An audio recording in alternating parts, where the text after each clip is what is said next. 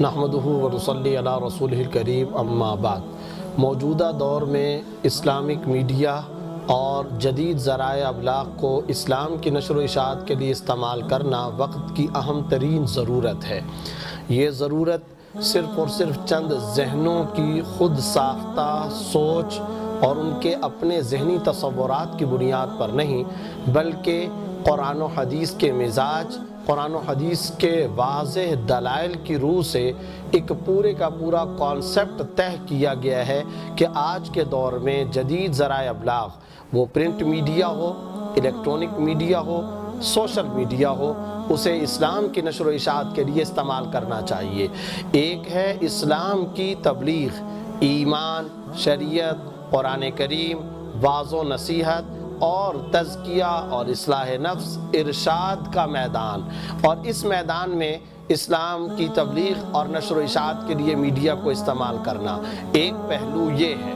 دوسرا ایک اور پہلو ہے، وہ یہ کہ اس وقت پوری دنیا کے اندر شاعر اسلام کو، قرآن کریم کے احکام و آیات کو،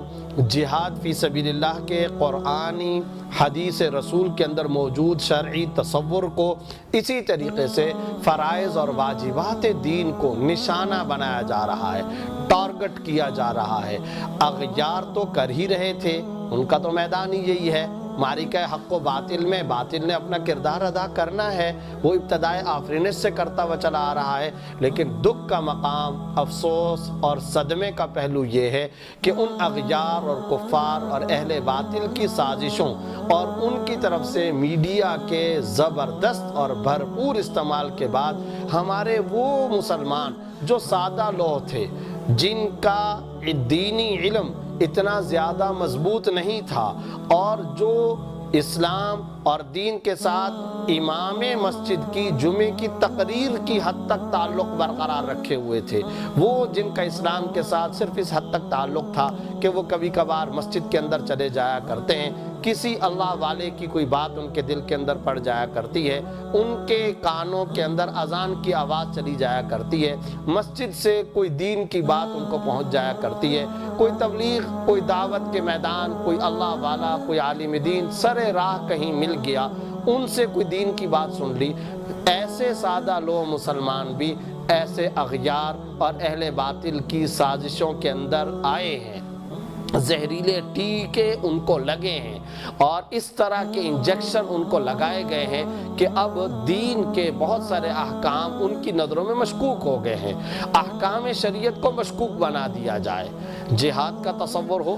رسول اللہ صلی اللہ علیہ وسلم کی سیرت طیبہ کے اندر قتال کا تصور ہو، اسی طریقے سے حدود و تعزیرات کا سلسلہ ہو، نظام اسلامی کو قائم کرنے سے متعلق احکام ہو، خلافت سے متعلق احکام ہو، اسی طریقے سے خواتین کے پردے سے متعلق احکام ہو، فحاشی اور عریانی کے خاتمے سے متعلق قرآن و حدیث کا تصور اور مزاج ہو،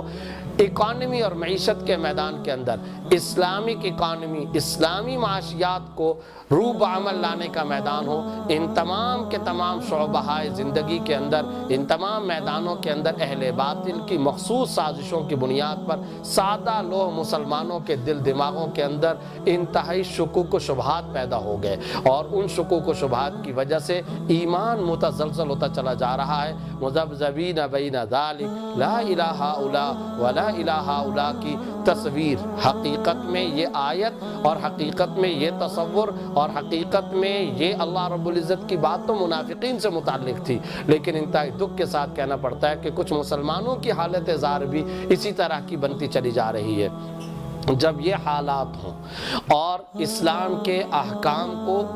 مشکوک بنانے کی پوری کمپین چل رہی ہو، جب یہ صورتحال ہو کہ شریعت کے احکام کا نعوذ باللہ ثم نعوذ باللہ مذاق اڑایا جا رہا ہو، شریعت کے احکام کے ساتھ کھلواڑ کیا جا رہا ہو، اور فحاشی اور عریانی کا دورہ ہو، اور نوجوانوں کے ذہنوں کو تباہ و برباد کیا جا رہا ہو، اور ایمان کے برخلاف شیطان کے اثرات بد کے زہریلے ٹیکے ان کے دل دماغوں میں لگائے جا رہے ہوں، اس قسم کے حالات میں اس دور کے اندر اب سب سے زیادہ اس بات کی ضرورت پیدا ہو گئی ہے کہ اسلامک میڈیا وجود میں آئے، میڈیا کا ایک اسلامک بلاک وجود کے اندر آئے، اور ایک پورے کا پورا اس طرح کا ایک تصور قائم ہو کہ اب social media, electronic media, print media کو اسلام کی نشر و اشاعت کے لیے استعمال کیا جائے۔ آئیڈیل سچویشن تو یہی ہے کہ اسلام کی تبلیغ، نشر و اشاعت، دعوت و ارشاد کے میدان میں اس میڈیا کو استعمال کیا جائے، مگر میں یہ سمجھتا ہوں کہ وہ منزل ابھی دور ہے۔ کم از کم اگر ہم اس راستے کو اختیار کرتے ہوئے اعتراضات کا دفاع کر سکیں، اور کم از کم ہم اپنے نوجوانوں کے اذہان کو مطمئن کر سکیں، انہیں قائل کریں، انہیں مائل کریں، انہیں گھائل کریں، تنقید، تنقیص اور تحقیر اور تقابل اور تکبر اس مزاج سے ہٹا کر عاجزی کی طرف، انکساری کی طرف، اسلام کے اندر کشش پیدا کرنے کا ذہن اور مزاج بنا کر اگر ہم نوجوانوں کو مطمئن کر سکیں، متوجہ کر سکیں، اور اس کے لیے سوشل میڈیا کو، الیکٹرونک اور پرنٹ میڈیا کو استعمال کر دیں، تو انشاءاللہ ثم انشاءاللہ یہ سودا مہنگا نہیں ہے، یہ سودا سستا ہے۔ جہاں تک اس بات کا تعلق ہے کہ فنی، فقہی، ٹیکنیکل اعتبار سے میڈیا پر آنے والی تصویر شرعاً حرام تصویر کے زمرے میں آتی ہے یا نہیں، اس کو جائز کہا جائے یا ناجائز کہا جائے، یہ ایک مستقل بحث ہے، اور اس سے متعلق کئی دفعہ کلام ہو چکا ہے۔ ہم یہ سمجھتے ہیں، میں مختصراً یہ بات ذکر کرتا ہوں کہ جو تصویر میڈیا پر اور جو تصویر ڈیجیٹل کیمرے کے ذریعے سے آتی ہے اسے عکس کہا جا سکتا ہے، اسے نقوش کہا جا سکتا ہے، مگر وہ حرام تصویر کے زمرے میں اس لیے نہیں آتی کہ اس کو چھوا نہیں جا سکتا، اس کو پکڑا نہیں جا سکتا، اس کا کہیں علیحدہ سے وجود نہیں ہے، اس کا کہیں پر الگ سے سایہ نہیں ہے۔ اور کمپیوٹر اور آئی ٹی کی اصطلاح کو اگر استعمال کریں، وہ ہارڈ ویئر نہیں ہے بلکہ سافٹ ویئر ہے۔ جب وہ ہارڈ ویئر نہیں ہے، جب تک اخبار میں، جب تک پیپر پر اس کی تصویر نقش اور پرنٹ ہو کر کے نہیں آ جاتی، وہ کمپیوٹر کے اندر موجود ہے یا ڈیجیٹل کیمرے کے اندر موجود ہے، سی ڈی کے اندر موجود ہے، پلیئرز کے اندر موجود ہے، اس وقت تک اس کو حرام تصویر نہیں کہا جائے گا۔ اس کے لیے اگر کسی کو تفصیلی دلائل کا مطالعہ کرنا ہو تو تکملہ فتح الملہم میں ہمارے استاد و شیخ حضرت مولانامفتی محمد تقی عثمانی صاحب دامت برکاتہم العالیہ نے تفصیلی دلائل ذکر کر دی ہیں۔ اسی طریقے سے فتاوی عثمانی کی جلد 4 کے اندر ایک باقاعدہ فصل فی التصاویر میں نے قائم کی ہے، اس میں حضرت والا دامت برکاتہم العالیہ کا ایک مفصل فتویٰ موجود ہے، اور اس کے نیچے دارالافتاء دارالعلوم کراچی کی ایک مجلس تحقیق مسائل حاضرہ کی پوری کارگزاری اور تفصیلی دلائل موجود ہیں۔ جس کو بھی تفصیلی دلائل کا مطالعہ کرنا ہو وہ جا کر کے ان کتابوں کا مطالعہ کر سکتا ہے۔ لیکن جو قرآن و سنت کا مزاج ہمارے سامنے ہے، اس کے مطابق سورہ حامیم سجدہ آیت نمبر 33، وَمَنْ أَحْسَنُ قَوْلًا مِّمَّنْ دَعَا إِلَى اللَّهِ وَعَمِلَ صَالِحًا وَقَالَ إِنَّنِي مِنَ الْمُسْلِمِينَ، اس سے زیادہ کس کی اچھی اور بہتر اور خوبصورت اور حسین بات ہو سکتی ہے جو اللہ کی طرف لوگوں کو بلائے اور عمل صالح کرے، اور وہ یہ کہے کہ میں مسلمانوں میں سے ہوں، میں اللہ کے فرما بردار اور اطاعت شعار بندوں میں شامل ہوں۔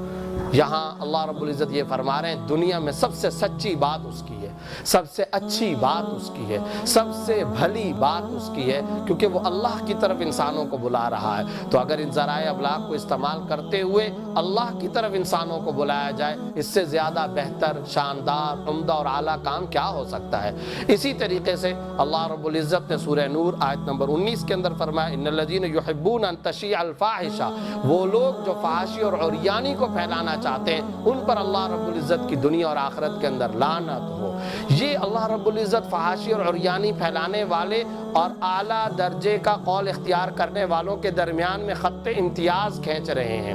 واضح فرق اللہ رب العزت بیان کر رہے ہیں۔ سورہ مائدہ آیت نمبر 67 کے اندر، یا ایھا الرسول بلغ ما انزل الیک من ربک، اے رسول جو کچھ اللہ رب العزت کی طرف سے آپ کو وحی کے طور پر بھیجا گیا ہے آپ اسے پہنچا دیجئے۔ اب اس وقت دنیا کے سارے انسان میڈیا ضرور استعمال کر رہے ہیں، کسی بھی قسم کا، یا وہ پرنٹ میڈیا استعمال کر رہے ہیں، یا الیکٹرونک میڈیا استعمال کر رہے ہیں، یا وہ سوشل میڈیا استعمال کر رہے ہیں۔ اب دو قسم کے گروپ وجود میں آ چکے ہیں۔ ایک گروپ وہ جو فحاشی اور عریانی کا راستہ اختیار کر رہا ہے۔ قرآن کریم کے اندر اللہ رب العزت نے سورہ نور کی آیت نمبر 19 میں فرما دیا، ان کی وجہ سے عذاب آئے گا، ان کی وجہ سے غضب خدا اترے گا، ان پر دنیا اور آخرت میں اللہ کی لعنت ہو۔ اور دوسری طرف ایک گروپ وہ ہے جو اللہ کی طرف انسانوں کو بلا رہا ہے۔ میڈیا کا وہ گروپ اور وہ طبقہ جو انسانوں کو اللہ رب العزت کی طرف دعوت دے رہا ہے، اسلام اور دین، قرآن و شریعت کی طرف بلا رہا ہے، ان کے بارے میں اللہ رب العزت نے فرمایا ان کی بات سب سے بھلی ہے، ان کی بات سب سے سچی ہے، ان کی بات سب سے زیادہ عمدہ اور شاندار ہے، سب سے احسن اور اعلیٰ ترین کردار انہی کا ہے، وہ اعلیٰ درجے کے با کردار مسلمان ہیں۔ اب ہمیں دیکھنا ہے میڈیا کے ان دو طبقوں کا تذکرہ اللہ نے خود ہی قرآن کریم کے اندر فرما دیا۔ آج ہمارا شمار کون سے طبقے کے اندر ہوتا ہے؟ ہمیں چاہیے کہ ہم اللہ رب العزت کی طرف انسانوں کو بلانے والا جو میڈیا کا طبقہ ہے، ہم اپنا شمار اس کے اندر رکھیں۔ بہترین ہے وہ نوجوان جو انسانوں کو اللہ کی طرف بلا رہے ہیں۔ اللہ مجھے اور آپ کو اس کی توفیق عطا فرمائے۔ وآخر دعوانا